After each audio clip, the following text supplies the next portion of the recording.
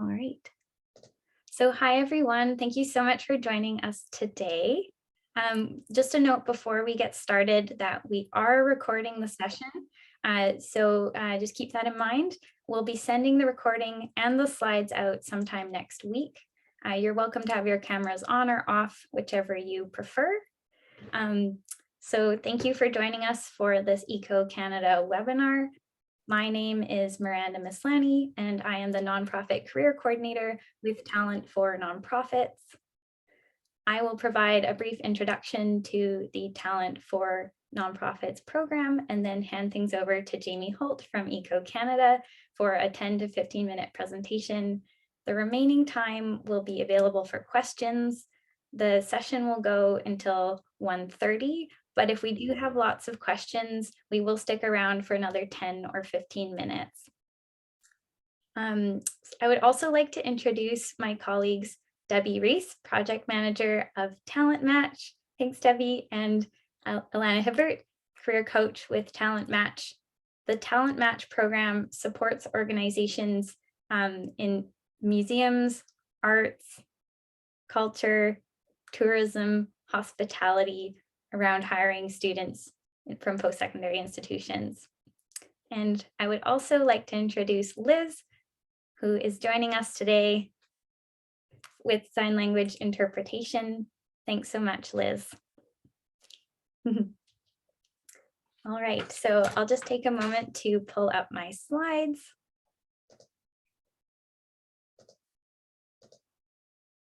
All right. So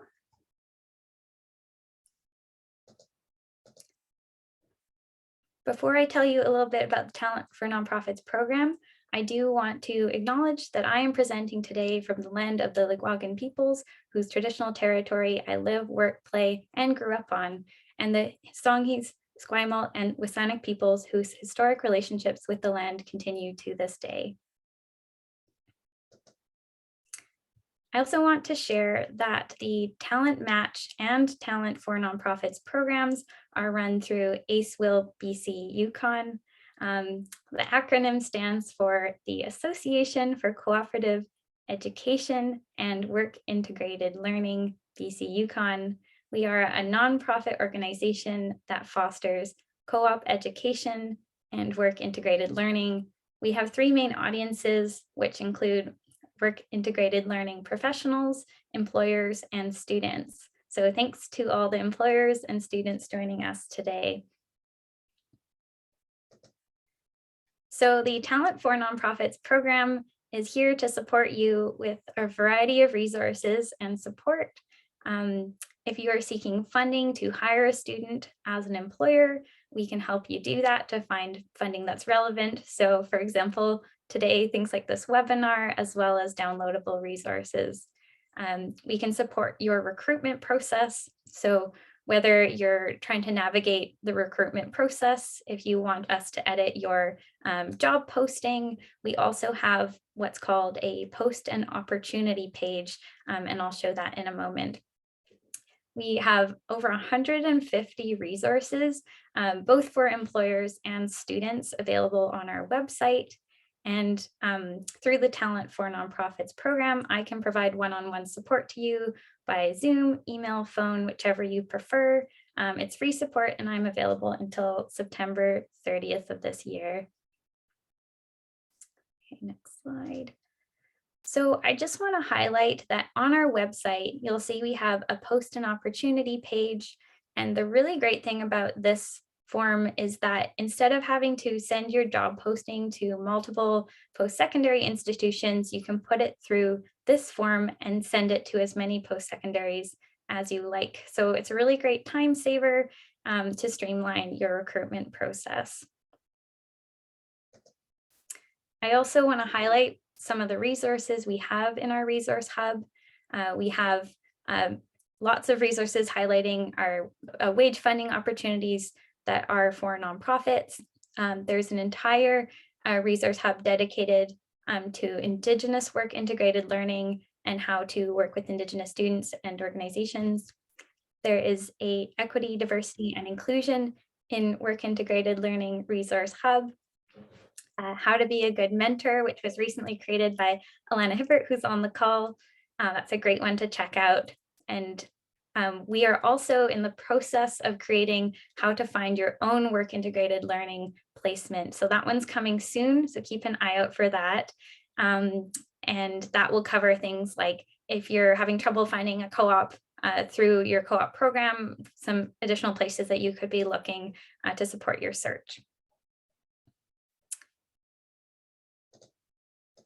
So I'll be sending out these slides next week in the follow-up email. So all this contact information will be there. Just the last slide to say I'm available for one-on-one support. There's my email and a link to the Talent for Nonprofits program. So I'm going to stop sharing my screen. And now I would like to introduce Jamey Holt. So Jamey Holt is the Business Development Manager at Eco Canada. Thanks so much for joining us, Jamey.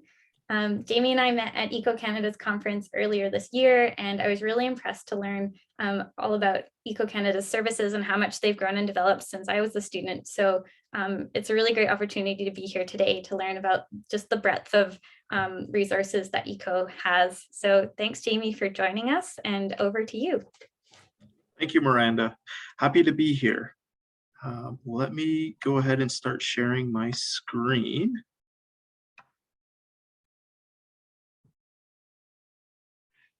Are people able to see my screen? It looks good to me, Jamey. I can see all the slides. So if you want to hit full, yeah, there you go. Perfect. Yeah, so this is just, I put together a brief presentation, a overview of resources that Eco Canada has to help environmental organizations succeed. Before we get too far, I would like to do a land acknowledgement as well. I'm in Calgary, so in the spirit of respect, reciprocity, and truth, we honor and acknowledge the Mohkintas and the traditional Treaty 7 territory and oral practices of the Blackfoot Confederacy, Siksika, Kainai, Piikani, as well as the Ayats, Nakota, and Tsuut'ina nations. We acknowledge that this territory is home to the Métis Nations of Alberta, Region 3 within the historical Northwest Métis homeland. Finally, we acknowledge all nations, Indigenous and non, who live, work, and play on this land, and who honor and celebrate this territory. This sacred gathering place provides us with an opportunity to engage and demonstrate leadership on reconciliation. Thank you for your enthusiasm and commitment to join our team on the lands of Treaty 7 territory. So Eco Canada, we're a nationwide company. We consider ourselves the steward for the Canadian environmental workforce. We're a not-for-profit company, and our goal is championing the end-to-end career development of environmental professionals. We help people, from students right up through to the mid to senior level positions as well. I also wanted just to include a slide. This is a slide that comes from our research team, just highlighting the shift currently happening right now in Canada towards more green jobs. We see that from 2019 to 2020, there was a transformation, and I think that number will continually shift, especially as more green and sustainable initiatives are implemented by the governments, be it federally, provincially, or municipally. So Eco Canada, we've been around for over 20 years. The thing we're most known for is our, I just pulled up Liz, I forgot, I wanted to make sure that the interpretations are going okay. Yeah, okay. So we're most known for our wage funding programs.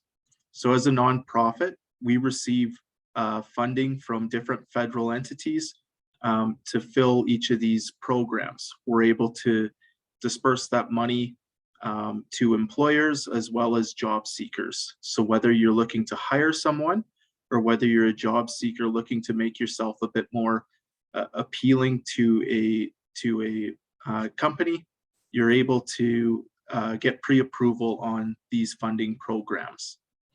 Each of these programs, this presentation will be sent out after. There are links included in this, so you can click to find out more about each specific program after. So I won't go into too much detail here. We do have, so we have one co-op student work placement program. That's for people that will be returning to school. Traditionally, you know, students looking for May through August work. We have a co-op placement for that. And then we have 4 full-time programs for people that can take advantage of after they've graduated. Another resource that we have is online training. Our online training, it's built upon the feedback that we get from industry and job seekers as far as what skills are currently relevant in the workplace right now. So the main courses we offer include project management, environmental law, technical writing, and communications. Again, the online training, that's a hyperlink. So if you'd like to find out more about our training, you're more than welcome to click that. I also will have my contact information at the end of this presentation. So if you have any questions, you can email me directly as well, and I'd be happy to answer.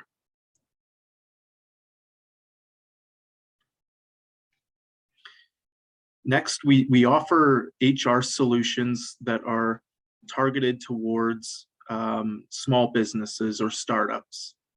Again, this was based on feedback that we got from industry, be it in the for-profit sector, the nonprofit sector.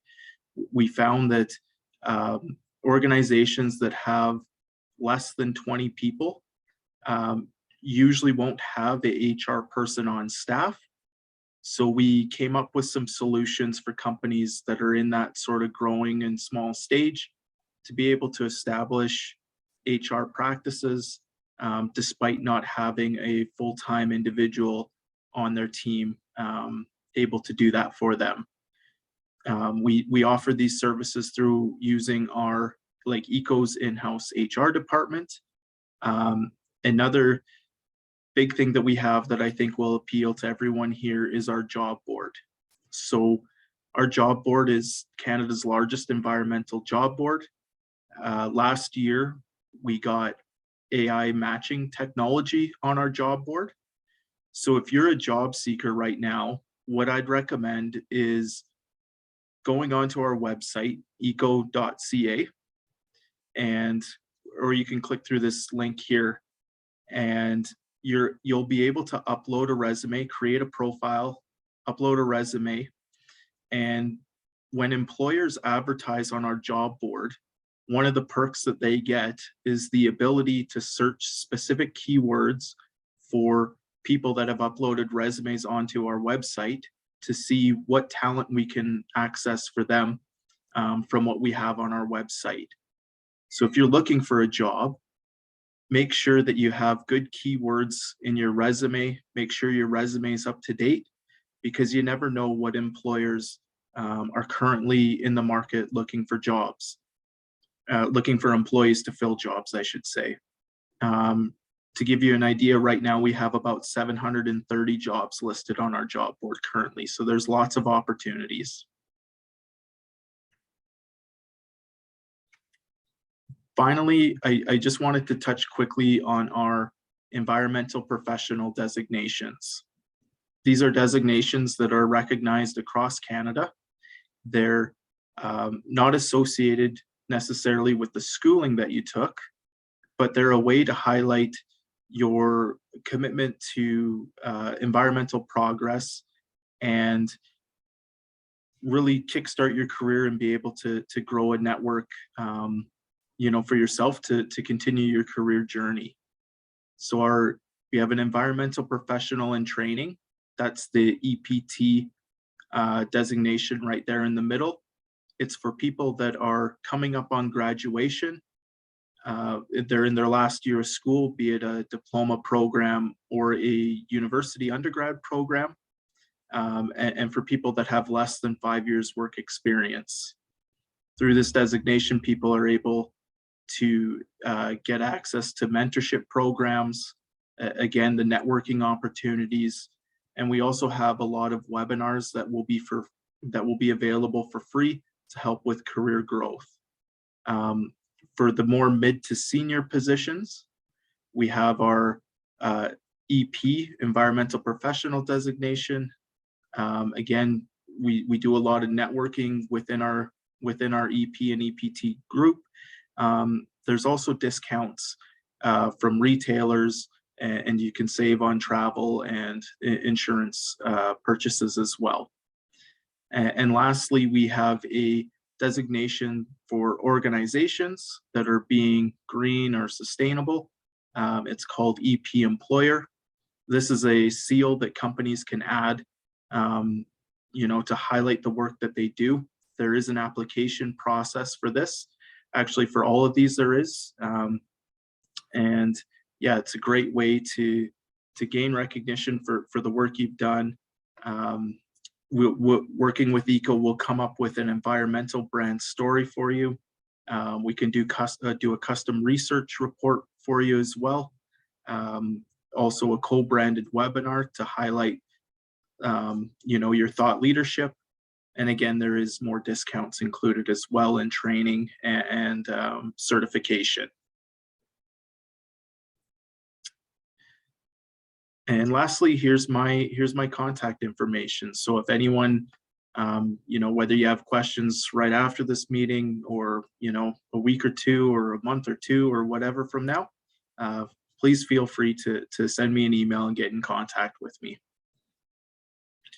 And yeah, thank you. And I'll close this sharing now and we can open it up if anyone has any questions. Perfect. Thank you so much, Jamey. So everyone now, if you've got any questions, feel free to add them to the chat. You can also unmute and share your questions over video, whichever you prefer.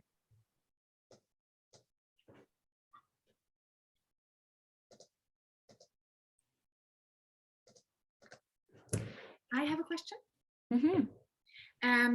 Hi, Jamey. Lovely to meet you. Just wondering, so we are, for example, a small nonprofit here in Vancouver and really interested in exploring kind of subsidized positions. And I already have a call scheduled with Miranda as well, which is awesome. But just wondering, would it be, for example, possible to speak to you folks, or is it more looking on the website and working with the resources that are there? What's the best approach? I would say the best approach off the bat is to go onto the website. Each of those programs in that slide that were listed, when you go onto our website, there's going to be a few different buttons that you can press to find out more information. So one of them is called Download Guide, where you can see what types of roles and responsibilities would align with each funding program. And if you have a hire that you're going to be making, in the next month or two, that can give you a good understanding of whether you'd be able to have access to some wage funding help to help support that new hire. You can also, if you decide that, yep, this program is right for me, you can apply as a host employer. That's another button that'll be on that page. And you can get pre-approval prior to making the hire. You'll know if you're eligible for funding help with that hire or not. So you can have a bit of a game plan going forward. Awesome. Yeah, now that sounds really good. Just a tiny follow-up question there. So for Yep. example, getting pre-approved, how long then, I know this is probably going to be on the website as well, but how long generally then do I have to make a hire? Great question. So actually, maybe I'll start a little bit before the pre-approval process. So when you apply, it'll take about 30 minutes to an hour to apply. When you're pre-approved, to get to that point, it can take up to 10 business days for pre-approval. And then once you're pre-approved, you have a month to then bring on that new colleague. So the entire process from applying to onboarding a new colleague,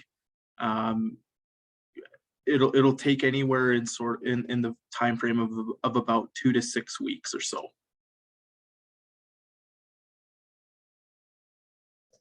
Thanks for the question, Katerina. Nice to see you.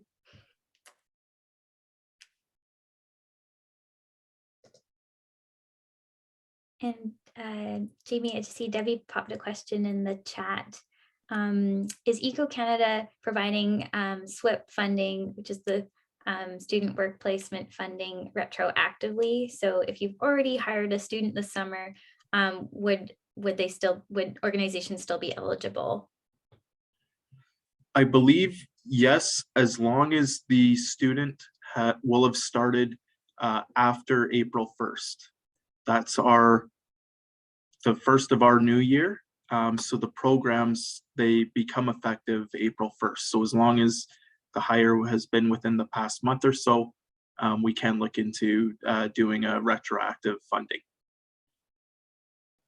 Great.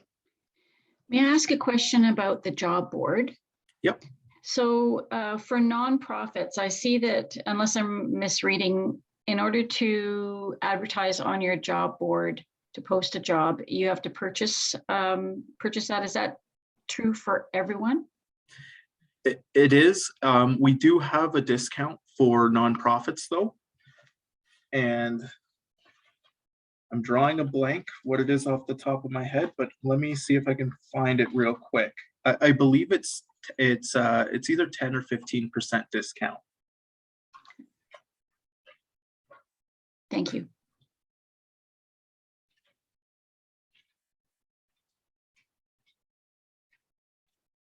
Oh, it's a 20% discount actually. So a 10-pack of job listings, there's no expiry date on it.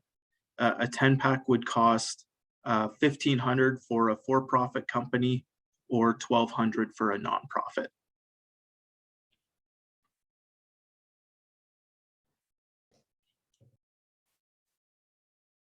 Great. I'm just reading the chat. Jamie, you mentioned pre-approval from the worker's perspective. Can you expand on this a little? Would this be as an individual? So for example, post-grad, no longer a student, being able to go to companies and say, hey, I have funding behind me, please hire me. Great question.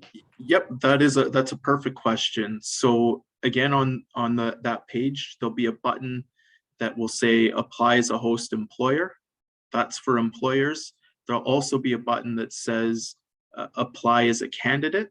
So that will be for the job seeker. And so say you just finished school, you're eligible for our 4 full-time funding programs. You can apply to get pre-approved as well. And then that way, say you get pre-approval for Science Horizons Youth Internship. That's one of our full-time programs. You can put that on your cover letter. I would include that actually in the first paragraph of your cover letter. You know, I'm Jamey Holt. I am interested in this position. You know, I believe my skills and schooling align. I also have been pre-approved for this $15,000 wage subsidy through Eco Canada, and then continue on with your, you know, your cover letter. But it's a great way to get catch an employer's eye right off the bat. And to me, at least if I were an employer and I had 2 applicants for one job and it was all things equal, except for one person had access to $15,000 in funding and another person had access to 0 in funding, I would go with the person that has the funding money. Yeah, great question. I also want to highlight, there was a question that came through in emails leading up to this session around what's called the net new requirement. And Jamie, I was wondering if you could touch a little bit more on that for folks who might not know what it is. Yep. So all our programs, they're designed to increase the amount of environmental workers in Canada. Because of that, a person using the funding program needs to be brand new to the company and it needs to be a new role with the company. So a company that might be bringing on, you know, if I was an employer, say I work in construction, for instance, and I want to hire a groundwater tester to make sure that no contaminants are going, you know, in the groundwater south of where I'm putting my development. That would be a new position, likely, so they'd be able to apply for funding for that role, as an example. And just to clarify, Jamey, would the net new funding apply to all funding or just the student funding? It applies to all our funding. So every hire would need to be, it couldn't be an existing employee or a position that you already have filled. Great, thank you. And just a time check that we are getting close to the 1:30 mark. So if you have other meetings or other commitments, please feel free to head out as you need to. If you do want to stay on and you have more questions, we do have some extra time. So please feel to keep asking questions and we'll keep going till, yeah, we've gotten through them all.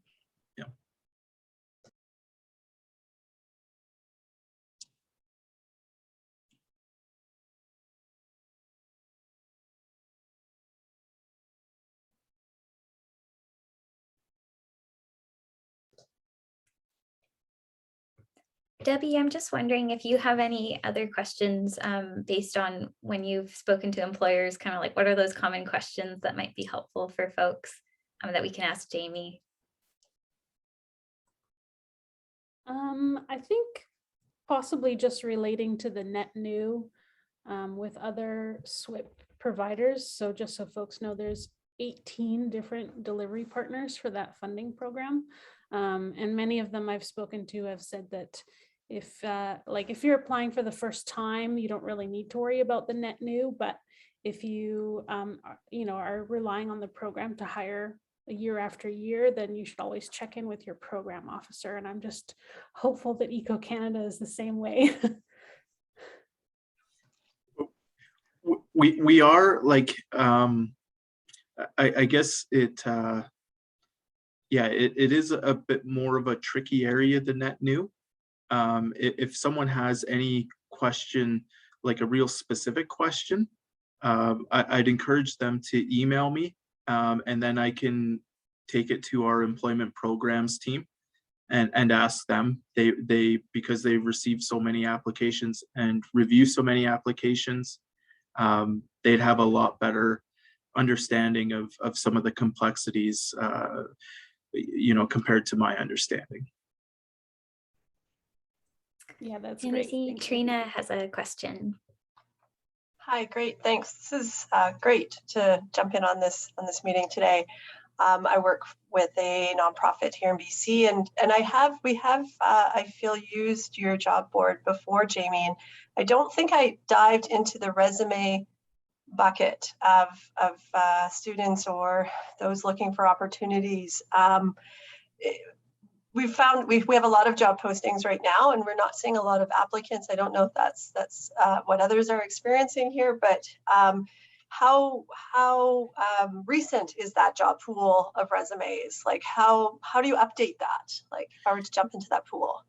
So great question. The technology on the job board, it is again within the past year. So if your if your posting on our job board was outside of that, it has come a long way since then. Okay. As far as getting new applications, so within our individual designation programs, we do send out emails with their renewals and throughout the year to highlight that we have this AI matching technology on our job board, and to make sure that their resume is uploaded and up to date and contains the keywords that they want. So we do put a large emphasis on, in the interactions that we have with our network on making sure that everything's up to date, especially if you're in the market currently looking for a job. Right. Okay, that's good to know. I had one second question, maybe Yep. for the Talent for Nonprofit. It's new to me, and we're just kind of diving into a bit of the cooperative education and reaching out to some of the schools, and you're kind of like the hub for schools in the cooperative education. So if we put our postings up there, then it's going to go to, I'm new to the webpage, but quite a few of the universities here in BC or Western Canada, or Yeah, it's a great question, Trina. So basically, once you fill out all your job details, you can select how many post-secondary institutions. So you could select, I want it to go to SFU and UBCO and like any of the schools that you want to. So it sort of depends if you anticipate if you don't think you'll get a lot of applications, if it's a really niche position, maybe you want to post more. I know also something to keep in mind is that often employers will kind of select the institutions that they know, but there's a lot of really amazing, talented students in more rural and remote communities. So keep that in mind when you're kind of selecting, but it's totally up to you. And the great thing, the streamlined process is the kind of from the beginning. So when you're filling out the form, you're selecting the schools instead of having to email them individually. But once they receive your information, then they will follow up with you one-on-one. So also do keep that in mind so it's totally up to you from a time management perspective as well. So if you prefer to only kind of be communicating with a couple schools, that's totally up to you. And then they'll all send the applications in a slightly different format. So some will send in one grouped PDF, some will be individual, and some students are told to apply to the employer directly, whereas others are told to go through their institution. So you'll get a little bit of both. Yeah. Right. And that has been our experience in the past. So for some institutions will still prefer that we utilize their services when hiring, as well as some that will be totally fine to streamline it straight to us. Is that how I understand that?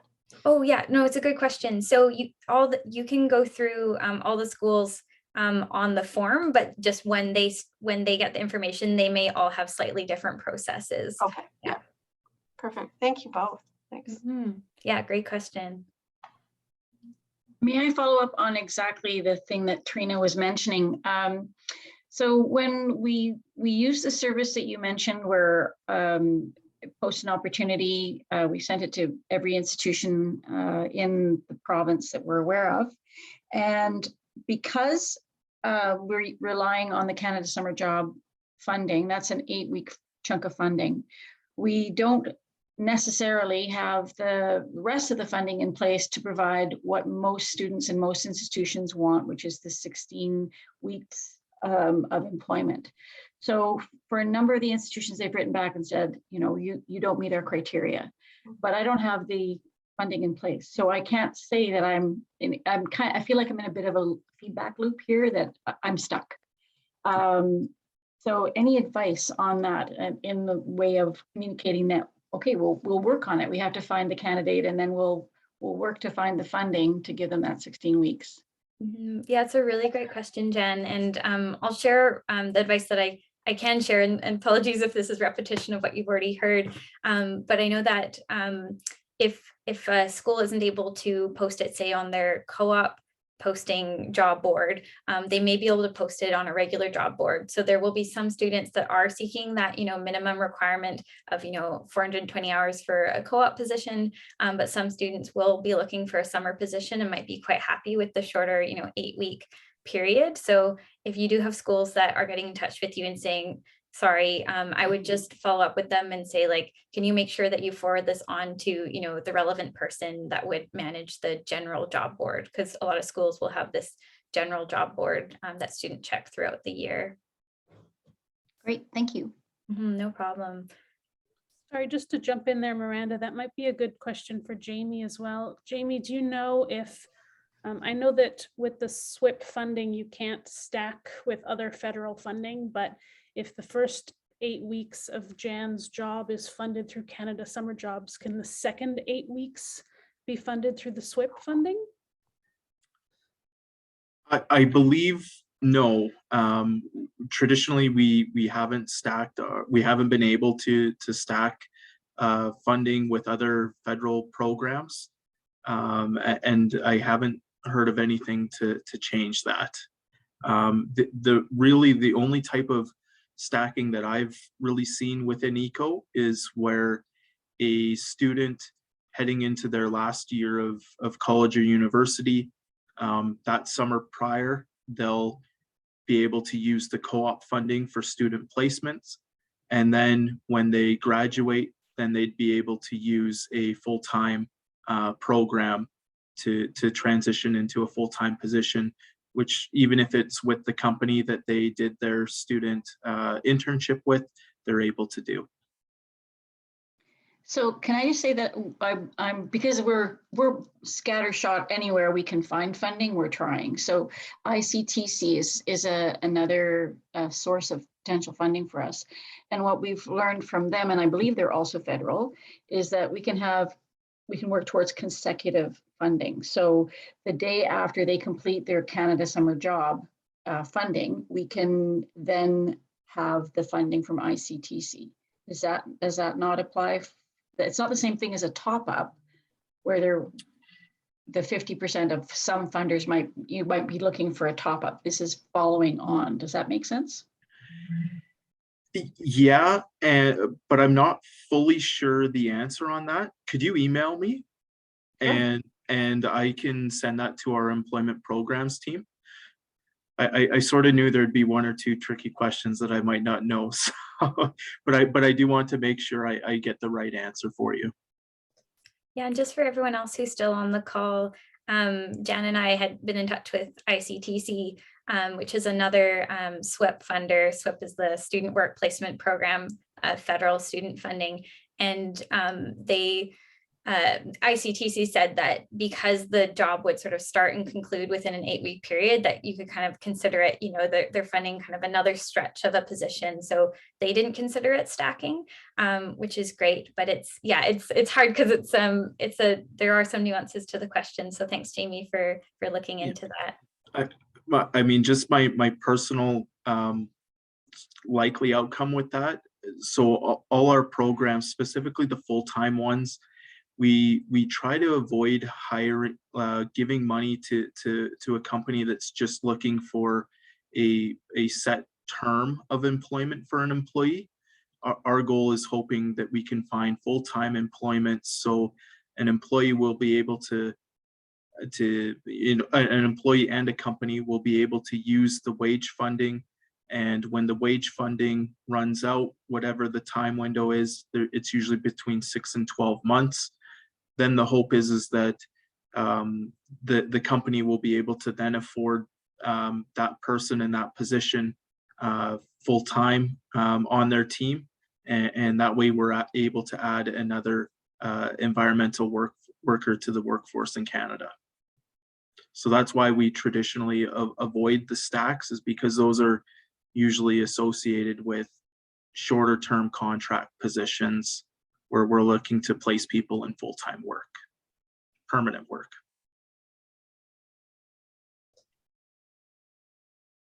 Great, thanks, Jamey.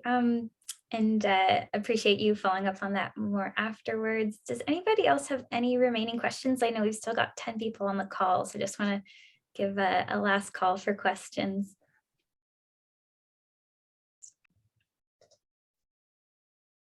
If you've got a question brewing but aren't quite sure how to ask it, please feel free to follow up afterwards.